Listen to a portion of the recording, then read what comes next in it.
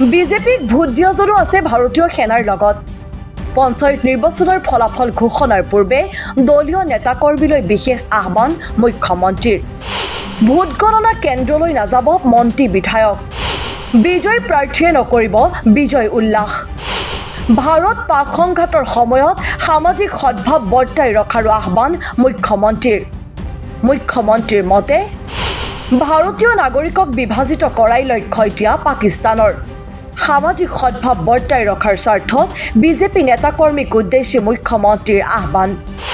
মন্দিৰ মছজিদ গীৰ্জা গুৰুদ্বাৰ সকলোৰে লগত ৰাখক সম্পৰ্ক। ভাৰত পাক সংঘাত ক্ৰমাৎ অধিক উত্তেজনাপূৰ্ণ হৈ পৰাৰ সময়তে দলীয় নেতাকৰ্মীলৈ এলানি গুৰুত্বপূৰ্ণ আহ্বান মুখ্যমন্ত্ৰীৰ। ভাৰতীয় নাগৰিকক বিভাজিত কৰাটোৱে এতিয়া পাকিস্তানৰ প্ৰধান লক্ষ্য বুলি দাবী কৰি দলীয় কৰ্মীলৈ মুখ্যমন্ত্ৰীৰ আহ্বান। সমাজক বিভাজিত কৰিব পৰা কোনো মন্তব্যই নকৰিব দলীয় নেতাকৰ্মীয়ে। আপোনালোকে যদি চাই যে পাকিস্তানৰ গোটেই লক্ষ্যটো হ'ল যে ভাৰতীয় লোকৰ মাজত বিভাজন।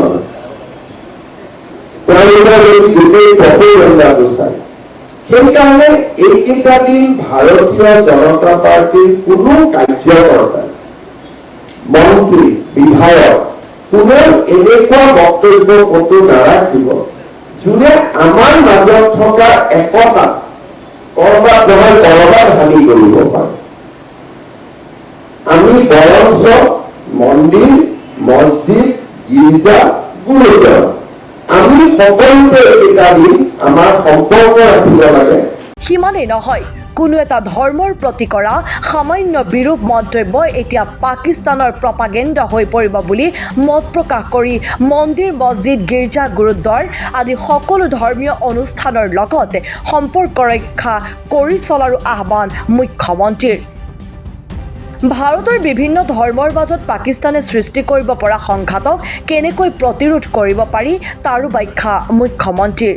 আমি বৰঞ্চ মন্দিৰ মছজিদ গীৰ্জা গুৰুদ্বাৰ আমি সকলোতে এইকেইটা দিন আমাৰ সম্পৰ্ক ৰাখিব লাগে।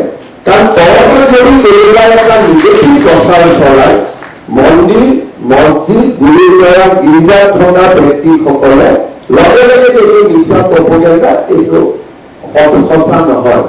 সেইকাৰণে এইকেইটা দিন আমি ধৰ্মীয় নেতা ৰিলিজিয়াছ লিডাৰ্ছ ৰিলিজিয়াছ ইনষ্টিটিউশ্যন এইখিনিৰ লগত বিজেপিয়ে যোগাযোগ ৰাখিব লাগে। কালি যদি সৰুকৈ ঘটনা এটা বোলে ধুবুৰীৰ পৰা হ'ল ই ধুবুৰীত নাথাকে ই গৈ পাকিস্তানী প্ৰপেগেণ্ডা হৈ যাব যিটো সাধাৰণতে আমি ইগনোৰ কৰোঁ।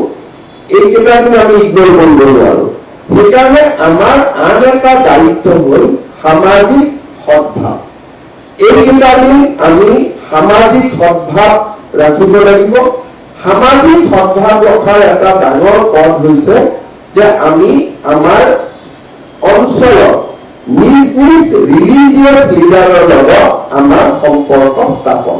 যে আজি যদি কিবা এটা ঘটনা হৈছে য'ত নেকি পাকিস্তানে প্ৰপেগেণ্ডা কৰিছে এগেইনষ্ট হিন্দু তেতিয়া হিন্দুৰ মন্দিৰৰ পূজাৰীজনে ক'ব যে নাই এইবিলাক বিশ্বাস কৰা নহয় পাকিস্তানী।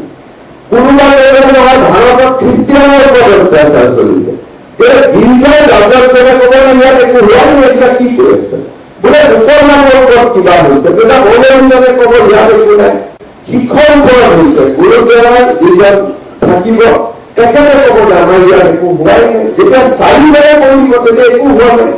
সেইকাৰণে সকলো ধৰ্মৰ মানুহৰ লগত এটা সম্পৰ্ক ৰক্ষা কৰা। ইফালে কাইলৈ অনুষ্ঠিত হ'বলগীয়া পঞ্চায়ত নিৰ্বাচনৰ ভোট গণনাক লৈও দলীয় কৰ্মীৰ প্ৰতি বিশেষ আহ্বান মুখ্যমন্ত্ৰীৰ। মুখ্যমন্ত্ৰীৰ মতে এয়া বিজয় উল্লাসৰ সময় নহয়। পঞ্চায়ত নিৰ্বাচনত বিজয় প্ৰাৰ্থীয়ে কৰিব নালাগে বিজয় উল্লাস। কাৰণ বিজেপিক ভোট নিদিয়াজনো এতিয়া ভাৰতীয় সেনাৰ কাষত। মই এটা অনুৰোধ কৰিম অহাকালি পঞ্চায়তৰ ৰিজাল্ট দিব ভালো হ'ব কৰবাত বেয়া হ'ব কৰবাত ভাল হ'ব কিন্তু আজিৰ দিনটো ভাল হ'লেও বহুত উৎসাহ দেখুওৱাৰ সময় নহয়।